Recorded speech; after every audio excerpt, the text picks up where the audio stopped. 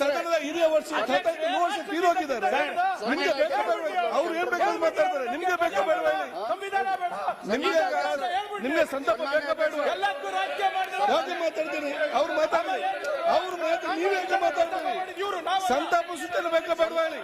ಅವ್ರು ಚರ್ಚೆ ಮಾಡ್ತಾರೆ. ನಿಮ್ಗೆ ಬೇಕಾ ಬೇಡವಾ? ಒಪ್ಪಿಲ್ಲ ಸ್ವಾಮಿ. ನೀವು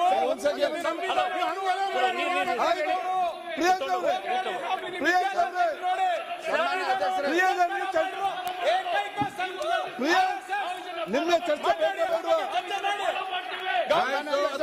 ಚರ್ಚೆ ಮಾಡಿ. ಈಗ ಪ್ರತಿಪಕ್ಷ ನಾಯಕರು ನಿಂತಿದ್ದಾರೆ, ಅದು ಮತ್ತೆ ಚರ್ಚೆ ಮಾಡಿ. ಒಂದೇ ನಿಮಿಷ. ಸನ್ಮಾನ್ಯ ಅಧ್ಯಕ್ಷ, ನಾವು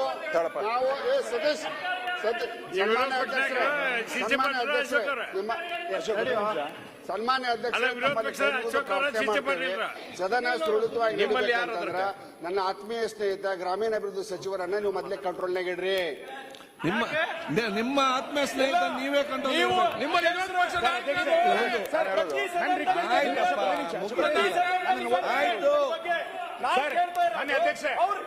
ಈಗ ನಿಮ್ಗೆ ಸಂತಾಪ ಸೂಚನೆ ಬೇಕಾ ಬೇಡವಾ ಹೇಳಿ? ಅವರನ್ನು ನೋಡ್ಬೇಡಿ. ನಿಮ್ಗೆ ಅಭಿಚಾರ ಬೇಕಾ ಬೇಡವಾ? ಕಾನೂನು ಸಚಿವರು ಮಾತಾಡಬಾರ್ದ? ಅಭಿಚಾರ ಬೇಕಾ? ಆಯ್ತು, ನಾವು ಹೇಳ್ತೇವೆ. ನೀವೇ ಆಯ್ತು, ಸಂತಾಪ ಸೂಚನೆ ಬೇಕಾ ಬೇಡವಾ ಹೇಳಿ? ಅವರು ಮಾತಾಡಿ, ನೀವೇ ಮಾತಾಡ್ಬೇಕು. ಅಲ್ಲ, ನೀವು ಕೂತ್ಕೊಳ್ಳಿ. ನೀವೇ ಮಾತಾಡ್ಬೇಕು. ನಿಮ್ಗೆ ಸಂತಾಪ ಸೂಚನೆ ಬೇಕಾ ಬೇಡವಾ? ಒಂದು ಹಿರಿಯರು 125 ಆದಂತ ಹಿರಿಯ ನಾಯಕರು ನಮ್ಮನ್ನು ಅಗಲಿದ್ದಾರೆ. ಅವ್ರಿಗೆ ಬೇಕಾ ಬೇಡವಾ? ನಾಳೆ ನಮ್ಮ ಮನೆಯವರು ಏನ್ ಪರಿಸ್ಥಿತಿ ಆಗ್ಬೋದು?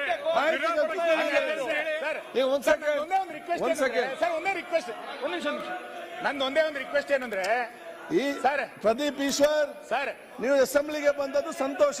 ಅದು ಈ ರೀತಿಯದ್ದು ನೀವು ಕೂತ್ಕೊಳ್ಳಿ. ಪ್ರದೀಪ್ ಅವರೇ, ಪ್ರದೀಪ್ ಸರ್, ನಂದು ಒಂದೇ ಒಂದು ರಿಕ್ವೆಸ್ಟ್ ಏನಂದ್ರೆ, ನೀವು ಪ್ರದೀಪ್ ಅವರೇ ಸರ್, ಸದನ ತನ್ನ ನಿಯಮಾವಳಿಗಳ ಪ್ರಕಾರ ನಡಿಬೇಕು. ಮಾನ್ಯ ವಿರೋಧ ಪಕ್ಷದ ನಾಯಕರು ಅವ್ರು ಮಾತಾಡ್ ಕೂತ್ಕೊಳ್ಳಿ. ಮಾನ್ಯ ವಿರೋಧ ಪಕ್ಷದ ನಾಯಕರು ಈಗಾಗಲೇ ಒಂದು ಪತ್ರವನ್ನ ನಿಮಗೆ ಕೊಟ್ಟಿದ್ದಾರೆ. ನಿಯಮ 27 ಏನ್ ಹೇಳ್ತಾ ಇದೆ ನಿಮಗೆ ಕೊಟ್ಟಿದ್ದಾರೆ. ಆ ವಿಷಯ ಪ್ರಸ್ತಾಪ ಮಾಡಕ್ಕೂ ನೀವು ಬಿಡಲ್ಲ ಅಂತಂದ್ರೆ ಸದನ ಹೆಂಗ್ ನಡೆಯುತ್ತೆ? ನಾವ್ ಹೇಳ್ತಾ ಇರೋದೇನು ಅಂತ ಕೇಳಿದ್ರೆ, ನೀವು ಎಚ್ ಕೆ ಪಾಟೀಲ್ ವಿಷಯ ಪ್ರಸ್ತಾಪ ಮಾಡಿದ ನಂತರ ವಿರೋಧ ಪಕ್ಷದ ನಾಯಕರಿಗೂ ಒಂದು ಶಬ್ದ ಮಾತಾಡ್ಲಿಕ್ಕೆ ಕೊಡ್ಬೇಕಲ್ಲ. ರಾಷ್ಟ್ರಗೀತೆ ವಿಧಾನಸೌಧದ ಒಳಗೆ ಪಾಕಿಸ್ತಾನ ಘೋಷಣೆ ಕೂಗಿದಾಗ ಇವರು ಏನು ಅನ್ನಿಸ್ತಾ ಇಲ್ಲ. ಇಂಥವರು ರಾಷ್ಟ್ರಗೀತೆ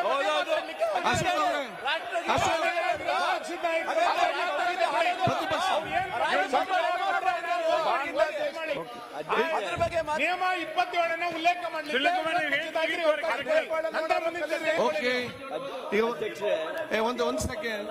ಒಂದ್ ಸೆಕೆಂಡ್. ಪ್ರದೀಪ್ ಈಶ್ವರ್, ಎಂತ ಸಮಸ್ಯೆ ಹೇಳಿ ಮಾರ?